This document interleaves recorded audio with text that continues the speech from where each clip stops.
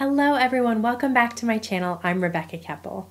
In today's video, I'm going to be talking about upgrading my craft room organization, including the organization for ink pads and markers. If you've seen my cheap organization hacks video, you know that a lot of the organizing supplies that I use in my craft room are super affordable. But since COVID, I am sharing this office space with my husband, who is working from home every day. And since the desk behind me is the main space that I spend all of my time creating my cards and other crafts, I decided I wanted it to be as pretty and inviting as I could possibly make it. So I turned to a company that I have purchased from before, OrganizeMore. You can see the marker storage that I use back here. That is from OrganizeMore. I've also purchased some mini ink cube organizers, and they are in a drawer, and I love those as well. OrganizeMore is a small family-owned business, and you know how much I love supporting small businesses.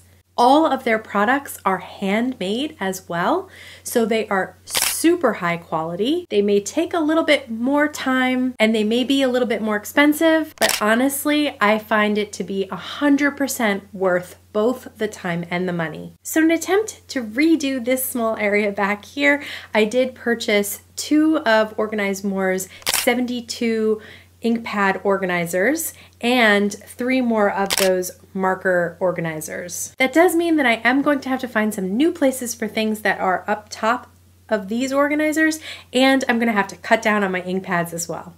So let's upgrade this space. The first thing I removed from the top of my old ink pad organizers was ink pad refills. There's really no reason for me to keep the refills on my desk since they're not something that I use all the time. So I'm going to put them in one of these nail polish organizers and end up putting that inside my IKEA cubes. The other small bottles that I don't use every day are my alcohol inks. So between Distress Oxide refills, Distress Ink refills, and alcohol inks, I've cleaned up a bunch of the top of my ink pad organizers. Like I said, these will all fit inside these great little nail polish organizers, and I'll link to them down in the YouTube description box below so you can check them out if you want to try them out as well, and they do fit in the IKEA cubes. So then I removed a bunch of the ink pads and just placed them on my desk so that I could sort through them before I decide what's going to go and what's going to stay. And that's always very hard with craft supplies for me. I have a hard time giving things up. But I wanted to kind of place everything out so that I had all the colors that I owned out on the desk and I could really see what I had duplicates of. Next, I moved on to my Copics, and I'm putting them in the standard marker organizers. Having 12 little compartments means that I can really spread out the colors a little bit more. So I have one section for light reds and one for dark reds. Then I have all of the RVs together, all of the YRs together, and all the Ys together. I have a section for YGs and one for straight greens. I broke out BGs and straight up blues. I've combined BVs and Vs because I don't really have a lot of each of those, but I did have to split up my Es into lights and darks, and the same with my grays, lights and darks. And I'm not doing this by number, I'm just doing it by look. So, I'm just looking at it and being like, is this a lighter color? Do I consider it a darker color? And putting it into the compartment in that way. So I ended up with one free compartment, which means I can definitely add to my Copic collection. Then I started with the ink pads. Of course, I started with my Distress Oxide inks because I know that I'm going to keep them all. I organized my Distress Oxides in Roy G. Biv order. That's just what makes sense to me. And OrganizeMore does sell a small separator that you can place behind the ink pad so that they hang perfectly just off the edge so you can easily grab them, take them out, and put them back in. I think I will end up purchasing those in the future just to make my life easier with taking the ink pads out. It's not the end of the world, it's not a huge deal, but I could see myself just pushing them in too far and then just really struggling to get them out. So I am just going to continue putting all of my Distress Oxides in the top, but I also had room for some of my black ink pads, my Versamark ink pad.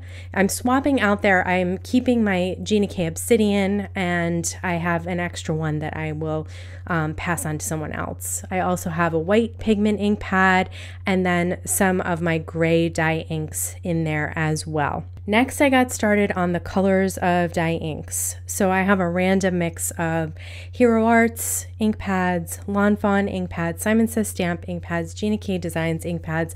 Really, most of those ink pads are made through the same ink company, so the formulation is very similar. Unless you're getting something that's like a hybrid or a Distress Oxide, or like the ateliers are different, the dye inks are pretty much the same. So I'm really just looking at color here to make sure that I have a dark, a medium, a light of all my favorite colors.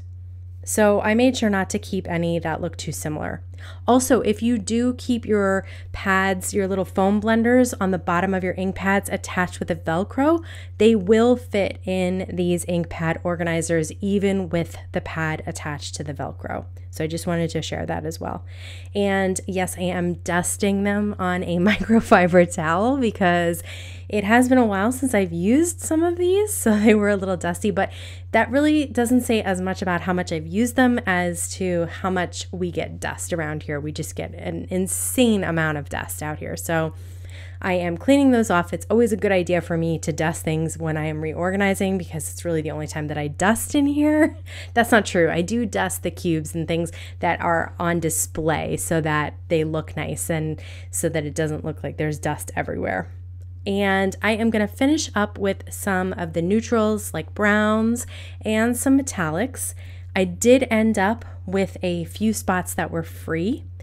And I did want to mention the only ink pad I couldn't fit in there was the Sukaneko StazOn pigment ink pads, but they stack really nicely, so I just put them over here in this little cubby. So what do you think? I am so happy with how this turned out. I love the OrganizeMore ink pad organizers and marker organizers. I think it gives my desk a much brighter look. Plus, now I feel like everything is right within my reach and super organized. If you want to check out any of the supplies that I used today, they will all be linked down in the YouTube description box below. I do have a couple of other organization videos. If you're interested in checking them out, they will all be linked over here. If you like this video, please give it a thumbs up. Please subscribe to my YouTube channel and hit that bell so you can be notified anytime I have a new video available. Thank you so much for spending time with me today while I reorganized my desk. Please stay safe, stay healthy, and I'll see you again soon.